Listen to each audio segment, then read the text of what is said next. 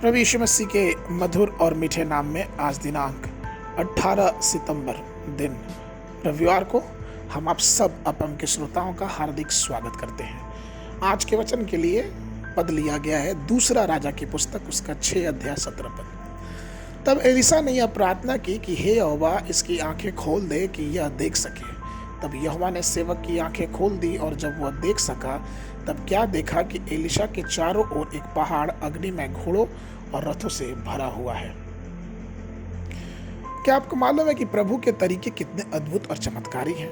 चाहे वो अपने लोगों की रक्षा करना चाहे या अपने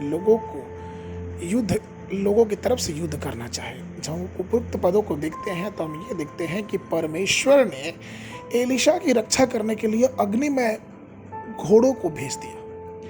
एलिशा एक सादा जीवन जीने वाला परमेश्वर का दास था।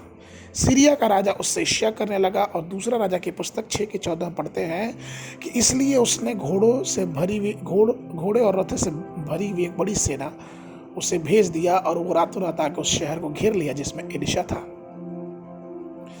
इस घटना को देख के एलिशा का जो दास था वो कांप उठा और सोचने लगा कि हमारी ओर से कौन लड़ेगा, और वो चिल्ला उठा। और एलिशा ने उसके प्रश्न का उत्तर बहुत अच्छे से दिया क्योंकि उसका प्रश्न था, हे स्वामी हम क्या करेंगे? एलिशा ने कहा, डरो मत, क्योंकि जो हमारे साथ है वह उनसे अधिक है जो उनके साथ।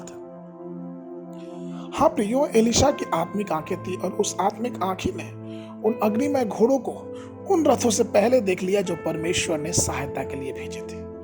जब आप यहोशू की पुस्तक को देखते हैं और पढ़ते हैं तो पता चलता है कि किस प्रकार से परमेश्वर ने यहोशू के साथ रहा और किस प्रकार से परमेश्वर ने उसकी रक्षा की, किस प्रकार से कितने युद्ध लड़े गए और परमेश्वर उन सारे युद्धों में उनकी रक्षा की। निर्गमन की पुस्तक 14 अध्याय 20 पद में लिखा है कि इस प्रकार वह मिस्रियों की सेना और इसराइलियों की सेना के बीच में आ गया और बादल और अंधकार तो हुआ तो भी उससे रात को उन्हें प्रकाश मिलता रहा और रात भर एक दूसरे के पास न आए। परमेश्वर हमेशा ही हमें आग के माध्यम से, अग्निमय घोड़ों के माध्यम से और अपने अनेक प्रकार की सामर्थ्य चमत्कारों से हमारे जीवन की रक्षा करता है। वो हमें बचाता है। हमें चाहिए कि हम उसकी बातों पे, उसके सामर्थ्य, उसके चमत्कारी हाथों पे विश्वास करें क्योंकि वो चमत्कार करने वाला परमेश्वर है। प्रभु में प्रिय लोगों, परमेश्वर हमारी और आपकी रक्षा करता। हमें चिंता करने की जरूरत नहीं है क्योंकि परमेश्वर जब रक्षा करता है तो उससे बड़ा रक्षक हमारा कोई नहीं हो सकता। आज के मनन के लिए जो पद लिया गया दूसरा इतिहास की पुस्तक उसका 16 अध्याय 9 पद।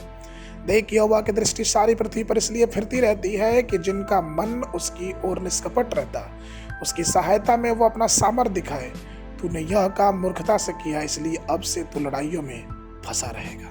बाइबल अध्ययन के लिए सुबह के समय नीति वचन की पुस्तक उसका 30 और 31 अध्याय, संध्या के समय दूसरा कुरिन्थियों की पत्री उसका 11 अध्याय 1 पद से लेके 15 पद तक। परमेश्वर आप सबको आशीष देवे।